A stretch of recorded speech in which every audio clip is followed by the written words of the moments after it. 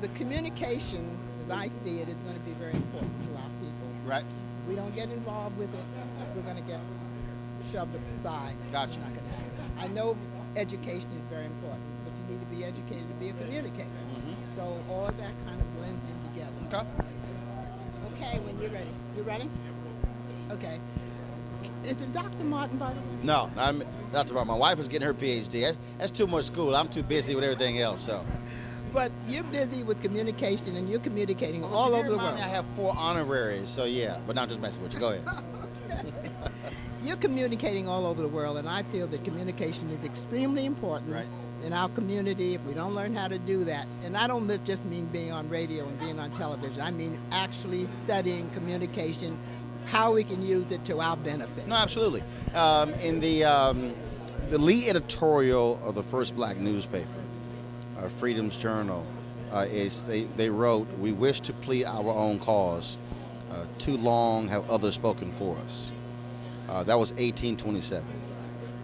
And what they meant by that was, we don't want to be in a situation where we're asking somebody else to tell our story. Because what if they decide not to? What if they decide that something else is more important? What if they decide that it's not even remotely interesting? And so when you talk about communication, when you talk about just like going to city hall, going to county government, going to state government, understanding how we have to articulate our issues, our concerns, all of those things absolutely matter. And I think for a lot of folks, we underestimate the power of that. I also put it in this context for anybody who's trying to figure out, well, I disagree. If you ever see anywhere in the world where there's been a coup, anywhere in the world, the first thing they get control of is the guns first. They always do get the military first. But second, it's always media. It is always the television stations, the radio stations, the newspaper. Now it's shutting off the internet because they understand if people either are starved of information or we're able to communicate them a whole new set of information, then we have the people. That right there makes it perfectly clear the value of communication. What do we do? Well, I think first and foremost, what we have to do specifically for African Americans is get African Americans to understand, to value ourselves. I had a brother who hit me up once, and he said, "Man, when you gonna get you a real show?" I said, well, "I have a show." He said, "No." He said, "No, I know you have a show on TV1." He said, "But I mean a real show." I said, "What do you mean a real show?" He said, I mean CNN or MSNBC. I said, "Brother, let me understand here.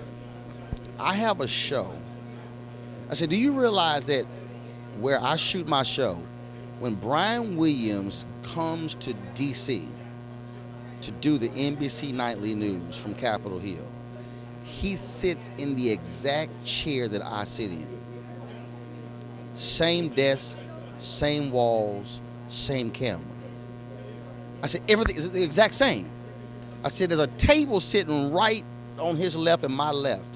I said, "There's a mirror and a brush and some lotion on that table." I said, "That's mine." I said, "So how is it that my show's not real, but is real when he's there?"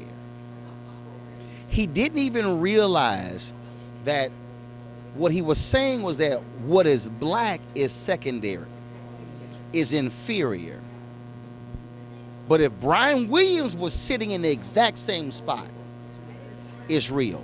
And so I think we have to get our folks to value our own communication first, value our information, and say that, well, when Roland says it, whether he was sitting on CNN for 6 years or TV1, that's the same Roland. So forget where he's saying it, but if he's saying it TV1, it's just as good as it was on CNN. But see, that's here. And so if we don't value our own black newspapers, our own black cable networks, our black radio stations, our black websites, well then we're not going to understand our own power. And so we have to constantly get our folks to understand, if you don't value your own, and now that translates to everything else. Because when you begin to say, no, I value my black media, that means we value black banks. Then we value black businesses. Then we value black neighborhoods. And so we can't get caught up in thinking that what is black is inferior. We also have to look forward to managing and owning those That's media. that's my whole point. And so, again, same thing. I get folks come to me and they say, man, I really miss you on CNN. I said, yeah, but I didn't have my own show on CNN. I was on somebody else's show where they chose the topics. And they would tell me what we're talking about. They chose the other guests. My show, I choose the topics. I choose the guests. I choose the direction we're going in. I choose what we shoot. And so I said, that's what y'all don't, I said, you don't understand. So folks say, yeah, but I used to always see you on CNN. I said, no, I understand. I said, but I need you to understand that I can decide we're going to do this for the whole hour versus over CNN, they won't talk about it at all. Or I'm going to focus, I'm going to invite this guest, or I'm going to have this panel, 3 people who would never get invited on CNN, but I'm having them on my show. That's the difference between owning, controlling, and working for.